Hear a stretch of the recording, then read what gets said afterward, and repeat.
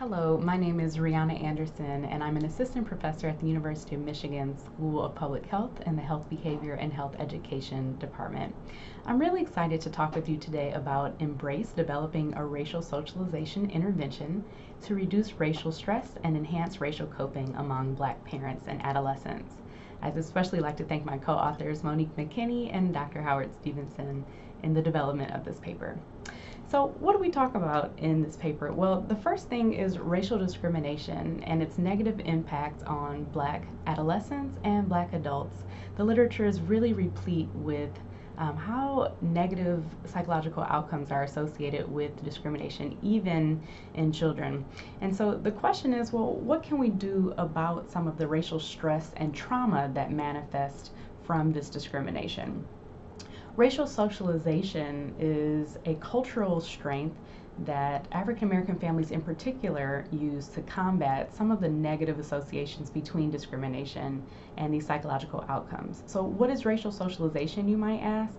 Well, socialization generally is the way in which we socialize people or children in this case to the environment around them.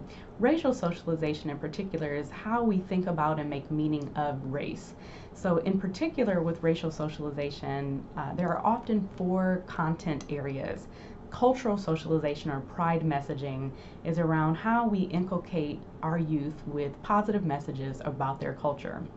Preparation for bias is another step in which there's a realistic expectation that bias may be present in the environment and ways to prepare for that bias, such as putting hands on a steering wheel and visible to authorities, things of that sort. Another strategy is promotion of distrust, in which parents may pass down messaging of generalization of all of these types of people might be out to get you, or it's not safe to go in this type of environment. So it's a really generalized approach of distrusting other people. And finally, egalitarianism, which is the way that we think about all groups being equal despite race. So racial socialization, comprising those four different content areas, is one way in which African American parents in particular protect their children from the racial discrimination that's impacting them. One theory that's coming out soon, the recast theory, racial encounter coping appraisal socialization theory, is a way in which racial socialization acts as a moderator of some of the relationships between racial discrimination and outcomes, in particular self-efficacy. So what are the ways in which socialization actually boosts the efficacy of children and parents when they're having these racial conversations? If you're essentially practicing the ways in which discrimination may impact you and the ways to cope with it more effectively, racial socialization is then theorized to boost the efficacy that children and parents have, which can then lead to greater coping behaviors and better psychological outcomes. So with that in mind, racial discrimination, racial socialization, and this theorization of how these constructs go together, we wanted to develop an intervention that therapists and practitioners could use to increase this self-efficacy through these racial socialization strategies. And that intervention is Embrace, engaging, managing, and bonding through race.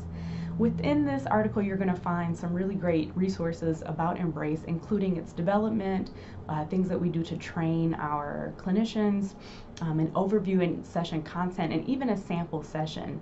But generally speaking, Embrace is a 5-session intervention that works with Black families to process some of these issues of racial discrimination through racial socialization methods.